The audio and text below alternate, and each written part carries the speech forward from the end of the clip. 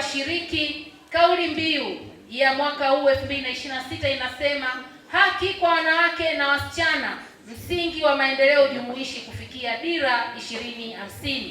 Kauli mbiu hii inalenga kujenga uelewa kwa jamii na wadau kuelekea kwenye maendeleo jumuishi, ikiwemo kutambua haki za wanawake na wasichana na kuhakikisha zinafanyiwa kazi kwa vitendo na katika kuleta mabadiliko ya kweli kama ilivyoainishwa kwenye nguzo ya dira 2050.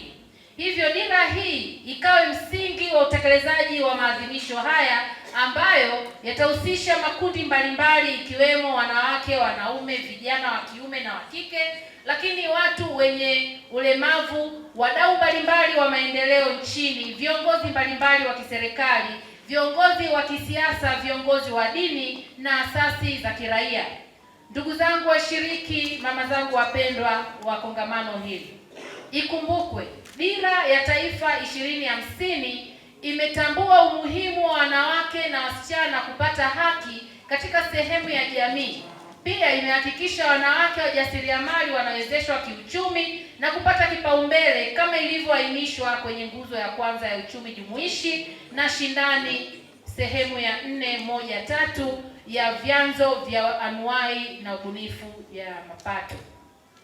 Ndugu washiriki, nawaomba wajasiriamali waliopo hapa mkawe walimu na mabalozi wazuri kwa wanawake na wasichana ili waweze kutengeneza bidhaa zenye ubora ambazo zitawezesha kupata masoko ya ndani na nje ya nchi.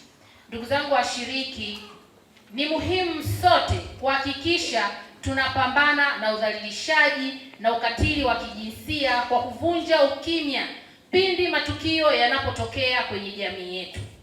Kwenye hili naomba niweke msisitizo. Sisi wanawake ndio tumekuwa wa kwanza kuwa na huruma.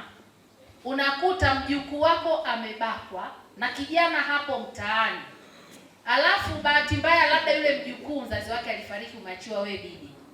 Sasa sheria inapotaka kuchukua mkondo wake, tumekuwa sisi tena wa kwanza kusema tunayamaliza kifamilia, tunatunza uovu, hao vijana wanaendelea kufanya matatizo huko kwenye jamii. Kwa hiyo niwaombe sana, ni muhimu tuweze kuruhusu sheria iweze kuchukua mkondo wake, lakini vile vile ni muhimu tushirikiane na vyombo vya sheria kutoa taarifa sahihi, kutoa ushahidi, ili tukiweza kumponya mtoto mmoja aliyepatwa na janga, kama ni amebakwa, kama amelawatiwa. Mmefahamu sasa hivi tatizo limekuwa ni kubwa sana.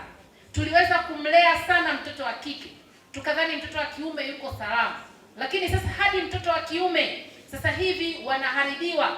Tutakosa wababa miaka ya mbeleni, tutakosa wababa sahihi, tutakosa waume sahihi. Kwa hiyo tuwalee watoto, tuhakikishe wajukuu tunawatunza vizuri.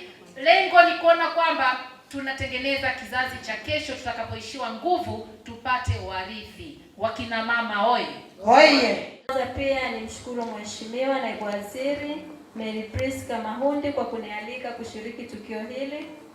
Mary Priska ni dada yangu, ni bosi wangu, nipo kwenye kamati ya ustawi na maendeleo ya jamii. Kwa hivyo mambo mengi na kubana tunaongea, lakini pia hatukujua tungeshiriki wapi sisi wanawake. Lakini nashukuru dada yangu umeniita kuja Mbeya. Nashukuru kwa moyo wako huo. Niwaambie wazazi wenzangu, mwapeleke shule watoto wasome, watoto wenye ulemavu msiwafiche majumbani. Yes, makofi kabisa kwa maneno kumi kwa ajili ya ulemavu tunaweza, na mimi ni mheshimiwa mbunge na ni mlemavu. Hivyo wazazi msikate tamaa, mwapeleke watoto shule. Na Mungu ametuumba hivyo. Nashukuruni sana pia kwa kuwapa fursa wafanye biashara na sio kukaa mitaani na kuombaomba. Wana vipaji vingi, wanaweza kufanya kazi, wanalima, wanafuga kuku, wanafanya biashara mbalimbali. Hivyo mkurugenzi, nashukuru kwa hilo, kuendelea kuwatunza. Siku nyingine nitakuja tena Mbeya, tukae pamoja na watu wote wenye ulemavu wa mkoa wa Mbeya. Nashukuruni. Halmashauri ya Jiji la Mbeya inaendelea kufanya utekelezaji wa kanuni za utoaji wa mikopo kwa vikundi vya wanawake, vijana na watu wenye ulemavu za mwaka 2024 kwa kutenga 10% ya mapato ya ndani yasiyolindwa na kutoa mikopo hiyo kwa vikundi vya wanawake, vijana na watu wasio wenye ulemavu.